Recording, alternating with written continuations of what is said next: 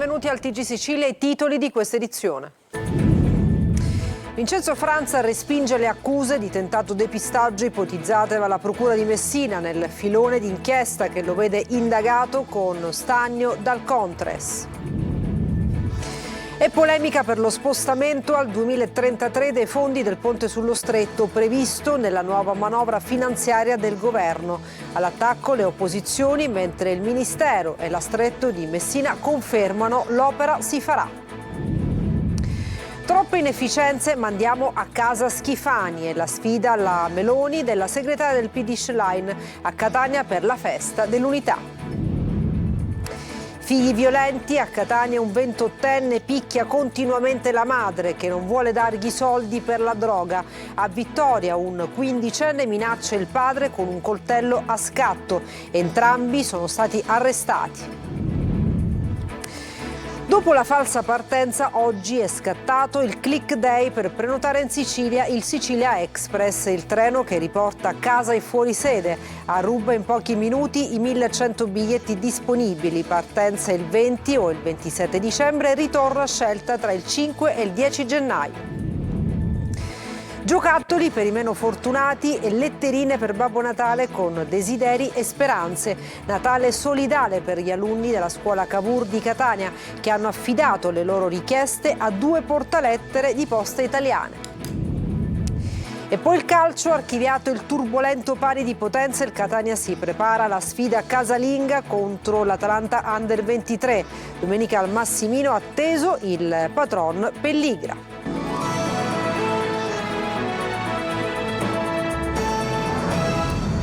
Dunque, bentrovati, l'amministratore delegato della Caronte Tourist, Vincenzo Franza, replica dopo l'inchiesta che la Procura di Messina avrebbe avviato nell'ambito delle indagini sul chirurgo plastico Francesco Stagno dal Contres e che li vedrebbe indagati insieme per tentato depistaggio. Francesco Triolo. Mai chiesta una prognosi diversa per il marittimo, mai effettuata alcuna sponsorizzazione a convegni. Vincenzo Franza, amministratore delegato di Caronte Tourist, affida ad una nota la sua replica dopo l'inchiesta per tentato depistaggio che lo vedrebbe coinvolto nell'ambito di uno dei filoni dell'indagine che ha travolto Francesco Stagno dal Contres, il noto chirurgo plastico ed ex parlamentare. L'armatore afferma di non aver ancora ricevuto alcuna notifica di atti da cui risulta la sua sottoposizione ad indagine. Chiarisco, afferma l'armatore, di non avere mai avanzato richiesta al professore Stagno di formulare una prognosi diversa da quella che ritenesse corretta, essendomi limitato a richiedere, oltre a generiche notizie sullo stato di salute, la trasmissione delle referte iniziali del pronto soccorso di Lipari, da cui già risultava una prognosi iniziale di 30 giorni. Secondo l'amministratore delegato di Caronte Tourist Isole Minori, quindi non vi è stato alcun depistaggio neanche tentato nel procedimento per l'incidente avvenuto a bordo della nave Nerea. Il Tribunale del riesame di Palermo ha revocato gli arresti domiciliari per il primario del Trauma Center Antonio Iacono, finito ai domiciliari nelle indagini sui presunti illeciti nella gestione di concorsi pubblici, nomine e appalti nella sanità siciliana, che coinvolge anche l'ex presidente della regione Salvatore Cuffaro. Il servizio. Una parte dei fondi, 780 milioni di euro destinati al ponte sullo Stretto, allocati al 2033. Questo è il contenuto dell'emendamento alla manovra finanziaria presentato dal governo che, attraverso una modifica tabellare allo stato di previsione del MIT, rifinanzia, alla luce dell'aggiornamento dell'iter amministrativo e del non perfezionamento degli impegni relativi alle somme iscritte in bilancio, gli stanziamenti relativi alla opera sullo Stretto di Messina, prevedendo un incremento delle risorse nel 2033 tale da lasciare inalterato, si legge nella nota del governo, il valore complessivo delle somme autorizzate. Una nota che arriva dopo le polemiche nate dall'opposizione, dal PD e 5 Stelle, che parlavano di game over per il ministro Matteo Salvini e per la grande opera, così l'amministratore delegato della Stretto di Messina, Pietro Ciucci. L'emendamento presentato oggi dal governo conferma la decisione di proseguire nella realizzazione del ponte sullo Stretto di Messina. La copertura viene confermata nella sua integralità, viene soltanto spostato in avanti di un anno per tener conto delle recenti decisioni della Corte dei Conti. Ma le polemiche non sono mancate neanche a livello regionale, sono arrivate da Cateno De Luca che ha chiesto al presidente della regione Renato Schifani di svincolare il 1.300 milioni del Fondo di Sviluppo e Coesione Sicilia attualmente diretti al finanziamento della struttura. A rispondere è stato l'assessore regionale alle infrastrutture Alessandra Ricò. Il ponte sullo Stretto, ha scritto in una nota, non è un capriccio ma un tassello strategico di un disegno più ampio che riguarda la Sicilia, l'alta velocità ferroviaria Palermo, Catania Messina, la costruzione della Catania Ragusa, l'ammodernamento della Palermo Catania. Se poi De Luca cambia idea sulla costruzione del ponte, ha detto a Ricò, anziché buttarla in caciara. E a proposito del ponte, per la Corte dei Conti il decreto del Ministero dei Trasporti relativo al terzo atto aggiuntivo della convenzione con la società Stretto di Messina per la costruzione del ponte sullo Stretto risulta incompatibile con le regole europee sulla modifica dei contratti in corso di validità. Lo si legge nelle motivazioni depositate oggi nella sentenza del 17 novembre scorso. Andiamo avanti, la segretaria del PD Elly Schlein a Catania dopo l'Assemblea Nazionale del PD lancia la sfida alla Meloni e ricompatta i suoi in regione. L'obiettivo è mandare a casa Schifani. Luca Ciliberti. È chiaro che il Presidente della Regione Schifani non è in condizioni, non è nelle condizioni politiche di segnare una discontinuità e un cambiamento rispetto al grave sistema di potere che è emerso nelle tante inchieste che purtroppo coinvolgono la Regione. È per questo motivo che noi chiediamo a lui di fare un passo indietro e di lasciare respirare quest'isola. Il messaggio è chiaro, l'avversario del centrodestra su tutti i tavoli, su quello nazionale e su quello regionale. Il Partito Democratico è il perno del campo largo su cui costruire la coalizione che sfiderà Giorgia Meloni. Lo sa il Movimento 5 Stelle, lo sa anche Giuseppe Conte, lo sa anche la Presidente del Consiglio, che non perde occasione per sfidare a duello Elly Schlein, che da parte sua ricompatte il partito in assemblea razionale e chiede a tutti uno sforzo unitario, anche in Sicilia. Sullo sfondo la frattura con la fronda parlamentare regionale, che non ha mai gradito il segretario Anthony Barbagallo, ma le dichiarazioni del deputato regionale Fabio Venezia rompono il gelo di questi mesi e mostrano segni di apertura. Lo sforzo di Elly e Bonaccini contribuirà certamente a rimuovere ogni ostacolo, dice. Noi siamo qui a ribadire le priorità del Partito Democratico, la difesa della sanità pubblica universalistica, perché ci sono 6 milioni di italiani che non si riescono più a curare per le liste d'attesa, i salari che sono troppo bassi, mentre il costo della vita continua ad aumentare.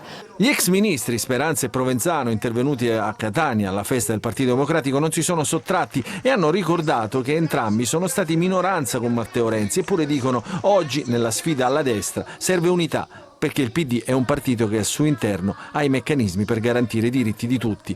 Una mano tesa anche al gruppo dei più intransigenti. Chi vorrà raccoglierla e la sintesi sarà sempre il benvenuto.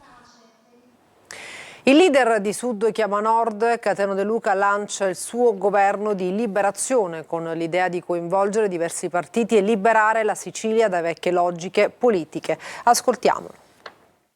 Si tratta di una scelta che riguarda una strategia che va al di là dei partiti, con il principio sturziano che pone l'attenzione di chi fa politica alla risoluzione delle criticità e delle emergenze che non hanno colore politico, e sarà un progetto trasversale. Posso solo dirvi che già le adesioni che ci sono di varia natura come storia, ma con un unico comune denominatore: l'amore per la nostra terra. Io sto dicendo semplicemente a Schifani che deve uscire dalla sindrome del Re Sole e soprattutto deve uscire dalla sindrome del cerchio magico. I suoi tecnici hanno fatto più danno della bomba atomica e per l'ennesima volta con questa legge di stabilità è evidente, è sotto gli occhi di tutti. Artificieri dei carabinieri hanno disinnescato un ordigno alla zona industriale di Catania. La bomba rudimentale aveva l'innesco pronto per l'esplosione. È stata scoperta all'interno di una valigia trovata davanti al centro di smistamento delle poste. L'allarme è scattato dopo una segnalazione anonima di una valigia sospetta. E cambiamo argomento, 2 storie di figli violenti arrestati dalla polizia. A Catania un 28enne picchia continuamente la madre che non vuole dargli i soldi per la droga. A Vittoria un 15enne minaccia il padre con un coltello a scatto. Luca Ciliberti. Figli violenti contro i genitori. 2 casi in poche ore in Sicilia. A Catania la polizia ha arrestato un pregiudicato di 28 anni che minacciava continuamente il padre e la madre per avere denaro per comprare la droga. L'ultima aggressione ai danni della mamma, colpita ripetutamente alle spalle per non avergli dato abbastanza soldi, gli aveva chiesto 1.000 euro che la vittima non sapeva dove andare a prendere. Drammatico il racconto della donna in lacrime alla polizia. Il figlio era stato scarcerato da circa un mese. Dopo la detenzione era diventato sempre più scontroso e violento a causa del consumo di droghe. Spesso senza alcuna ragione sfogava la sua rabbia e la sua violenza contro i genitori. I poliziotti lo hanno trovato sdraiato sul divano, addormentato con una mazza di legno accanto. Non appena si è reso conto della presenza degli agenti in casa, il 28enne ha cominciato a urlare e a inveire contro i genitori, minacciandoli che presto li avrebbe fatti bruciare vivi. L'uomo è stato arrestato per maltrattamenti in famiglia e tentata estorsione e ricondotto in carcere. Un altro episodio si è verificato a Vittoria, in provincia di Ragusa, dove è stato arrestato un 15enne per reiterati episodi di maltrattamenti, tentata estorsione e minacce gravi nei confronti dei genitori. Il ragazzino aveva minacciato con un coltello a scatto il padre perché si era opposto alla sua richiesta di avere 1.600 euro per comprare un ciclomotore, nonostante fosse sprovvisto di patente di guida. Il ragazzo, anche davanti ai poliziotti, ha continuato a mantenere un atteggiamento spavaldo, aggressivo e violento e a rivolgere minacce ai genitori. Il 15enne è stato arrestato e portato in un centro di prima accoglienza a disposizione della Procura per i minorenni di Catania. Palermo, il GIP ha disposto 21 ordinanze di custodia cautelare in carcere e 4 agli arresti domiciliari nei confronti di 25 persone coinvolte in 2 operazioni antimafia e antidroga condotte dalla polizia la scorsa settimana. Nel corso dei 2 blitz erano stati notificati 50 fermi, per cui è stata celebrata l'udienza di convalida. Partenza di sabato 13, oggi è il click day per prenotare il Sicilia Express, il treno per riportare a casa i fuorisede, ed è subito Ressa, il servizio di Lorena Dolci. Le 10 in punto, click day, proviamo a acquistare il nostro biglietto. Avevamo già inserito le credenziali, ma non riusciamo a entrare sul sito. Dopo vari tentativi riusciamo a trovare un biglietto da Milano Porta Garibaldi a Catania Centrale con partenza sabato 20 dicembre e rientro il 10 gennaio. Come noi dal centro nord, migliaia di studenti e fuorisede hanno provato a prenotare uno dei 1.100 posti disponibili sul Sicilia Express, che quest'anno si è raddoppiato dopo i problemi tecnici del 13 dicembre scorso che hanno costretto a fare slittare il click day a oggi. I fortunati viaggiatori possono finalmente preparare le valigie. In pochi minuti i biglietti sono andati a ruba. Partenza il 20 e il 27 dicembre, ritorno a scelta fra il 5 e il 10 gennaio. Un viaggio di quasi 24 ore da Torino con varie tappe intermedie. I siciliani pagano dai 25 ai 30 euro. Una coppia di questi treni turistici andata e ritorno costa invece alla regione 156.000 euro. Totale 312.000 euro più 56.000 per l'intrattenimento. La cifra finale sfonda così 420.000 euro. Basta un confronto. Una coppia di Intercity costa circa 20.000 euro. Critico il Codacons. Questo non è un successo, è la prova che la battaglia contro il caro voli è stata persa. Non si possono celebrare soluzioni tamponi mentre i cittadini pagano prezzi insostenibili e i contribuenti finanziano interventi che non risolvono il problema. La mobilità è un diritto, non un sacrificio.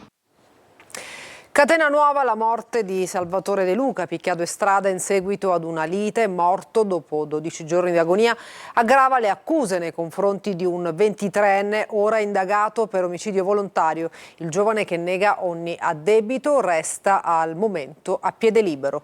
Tonino De Mana. Da tentato omicidio a omicidio volontario, la morte di Salvatore De Luca, sopraggiunta dopo 12 giorni di agonia, aggrava la posizione del 23enne di Catena Nuova, accusato di avere picchiato brutalmente Salvatore De Luca, 57 anni, morto all'ospedale Cannizzaro di Catania. Il giovane, assistito dagli avvocati Alessandro Caruso e Sandro Fagone, nel corso dell'interrogatorio di garanzia si è dichiarato estraneo ai fatti e al momento rimane a piede libero. Resta da capire cosa abbia scatenato la furia omicida, forse innescata da contrasti personali tra le due famiglie. Quando i vicini sono intervenuti, De Luca era a terra ferito, colpito in pieno centro e in pieno giorno. Le sue condizioni erano apparse subito gravi, tanto da richiedere il trasporto d'urgenza in elisoccorso. Sulla vicenda indagano i carabinieri del comando provinciale di Enna, che hanno raccolto alcune testimonianze che a questo punto diventano fondamentali per chiarire l'accaduto in un'area dove è avvenuto il pestaggio, probabilmente non coperta dai sistemi di videosorveglianza. Sarà l'autopsia a far luce anche sulle cause del decesso. A Gela, dopo l'incendio doloso che ha distrutto il nuovo punto vendita a Zangaloro appena prima dell'apertura ufficiale, istituzioni e cittadini si sono riuniti di fronte a ciò che resta del locale. Questa è la vera città, lo slogan in piazza. GR Italia. Un centinaio di persone si è radunato davanti ai resti del punto vendita del gruppo Zangaloro a Gela, distrutto da un incendio doloso nella notte tra l'11 e il 12 dicembre, prima dell'apertura. Il sit-in era stato convocato dal sindaco Terenziano Di Stefano dopo il rogo che ha colpito un investimento destinato alla ristorazione, con una previsione di almeno 14 assunzioni. Presenti amministratori locali, sindacati, associazioni datoriali, partiti di centrosinistra e centrodestra, associazioni e società sportive, l'antiracket e anche diversi imprenditori. Assenti per motivi di lavoro i titolari dell'azienda che, secondo quanto riferito nei giorni scorsi, non avrebbero ricevuto minacce o richieste estorsive. Gela non è quella che è alle mie spalle, ma Gela è quella che è davanti a noi, una Gela che guarda al futuro e che assolutamente ha allontanato questo tipo di passato da diversi anni. Sul piano giudiziario, il commissariato di polizia e la procura di Gela stanno conducendo le indagini per accertare le responsabilità del rogo. I sindacati hanno sottolineato l'impatto che episodi di questo tipo hanno sullo sviluppo economico e sull'occupazione. Dall'associazione antiracket di Gela invece è arrivato un invito diretto agli imprenditori a segnalare pressioni o intimidazioni. Al sit-in ha partecipato anche l'imprenditore niscemese Emanuele Lionti, da anni sotto scorta dopo aver denunciato i suoi estortori. È importantissimo che l'imprenditore che subisce questi atti senta la vicinanza degli altri imprenditori e in questo caso anche dell'istituzione, del sindaco e dell'associazione di categoria. La vicenda, come annunciato dal Comune, sarà segnalata anche alla Commissione Nazionale Antimafia. Resta aperta la questione sul futuro del punto vendita e sui tempi di un eventuale nuovo avvio dell'investimento. Natale solidale per gli alunni della scuola Cavour di Catania, che questa mattina hanno consegnato a 2 portalettere di Poste Italiane giocattoli per bambini meno fortunati, accompagnati dall'immancabile letterina per Babbo Natale con desideri e speranze. Emanuela Corsi. A chi vuoi che vada questa bambolina? Non lo so. A qualsiasi bambino o bambina mi sta felice con questo bambolotto. Tu sei stata felice con questa bambola? Sì, sono stata tanto felice con questa bambola. Quindi vorresti che qualcuno fosse felice come sei stata tu? Sì. Natale è solidarietà e spesso sono proprio i bambini ad insegnarcelo. Così gli alunni dell'Istituto Comprensivo Cavour di Catania hanno affidato a 2 portalettere di Poste Italiane un giocattolo a loro caro da destinare a coetanei meno fortunati. Cosa c'è in questo pacco grande? Un puzzle dello spazio da 204 pezzi. E a chi vuoi che vada questo pupazzetto? Ai bambini che hanno bisogno perché sono poveri. Un'iniziativa solidale che fa parte del progetto Tutto Siciliano Rigiochiamo, curato dall'associazione 1 a 1. Tutti i regali raccolti nella tappa catanese sono affidati ai volontari della Croce Rossa. Educare a non sprecare, a conservare, a far capire ai bambini che c'è anche qualcuno che ha bisogno di ciò che magari per noi è superfluo. Io personalmente come portalettere sono orgoglioso di consegnare questi regali. Ciascun pacchetto non poteva non essere accompagnato dall'immancabile letterina destinata al Polo Nord per chiedere qualcosa a Babbo Natale. Caro Babbo Natale, ci sono bambini nel mondo che non hanno cibo né acqua potabile. Tu sei l'unico che puoi salvare i bimbi del mondo. Dobbiamo dare pace. Con affetto, Rihanna. Vorrei che tutti i bambini abbiano da mangiare e da bere, dei vestiti e una famiglia. E adesso una pausa, tra poco il calcio.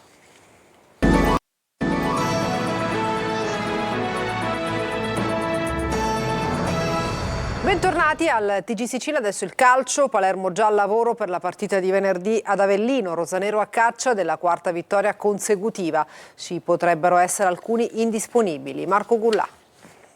Da un lato c'è un separato in casa che ha chiesto la cessione, ovvero Matteo Brunori. Dall'altro ci sono invece i numeri che certificano l'ottimo momento che sta attraversando il Palermo. 10 punti in 4 partite. È un bottino che permette ai rosanero di tornare a sperare nella promozione diretta. All'orizzonte c'è la sfida del Partenio contro l'Avellino, una partita difficile come tutte quelle di B, ma comunque alla portata di questo Palermo. Attenzione all'infermeria, Vasic è ancora da valutare a causa di una ricaduta al dolore alla spalla spalla sinistra e il suo recupero verrà monitorato giorno per giorno.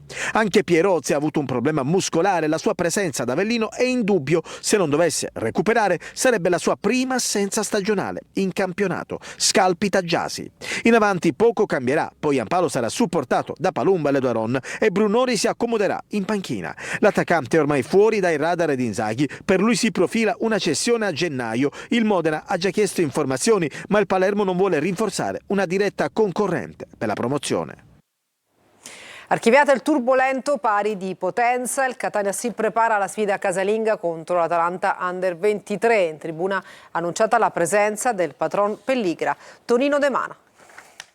Andiamo avanti più forti di prima contro tutto e contro tutti. La frase postata da Matteo Di Gennaro sintetizza il momento del Catania che dopo il turbolento pari di Potenza va all'assalto dell'Atalanta Under 23 con l'obiettivo di confermarsi al Massimino e di conservare la vetta della classifica, sapendo già il risultato del Benevento impegnato nell'anticipo del venerdì sul campo del Cerignola. Archiviato l'1-1 del Viviani, la squadra rossazzurra che potrà contare in tribuna sulla presenza del patron Pelligra vuole continuare a sfruttare il fattore campo che ha portato in dote 25 dei 38 punti complessivi con un bel 0 alla voce gol subiti. Numeri alla mano si annuncia una domenica difficile per gli orobici che devono riscattare la sconfitta casalinga con il Sorrento. Per un motivo o per un altro si affrontano due squadre arrabbiate, con il Catania che, nonostante il primato in classifica, seppur in condominio con il Benevento, recrimina per i punti persi per strada, a volte per colpa di decisioni arbitrali alquanto discutibili, e gridano vendetta, sportiva ovviamente, il gol regolare annullato a Rolfini contro il Potenza ed il rigore negato sempre a Rolfini sul campo del Casarano, che si aggiungono ad altri episodi controversi registrati contro Trapani e Casertana.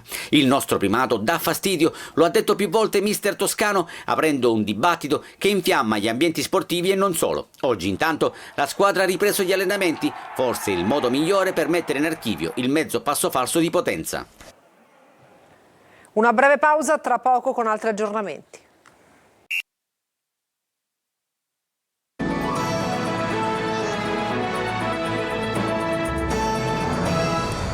E per questa edizione nessun altro aggiornamento, grazie per averci seguito e buona serata.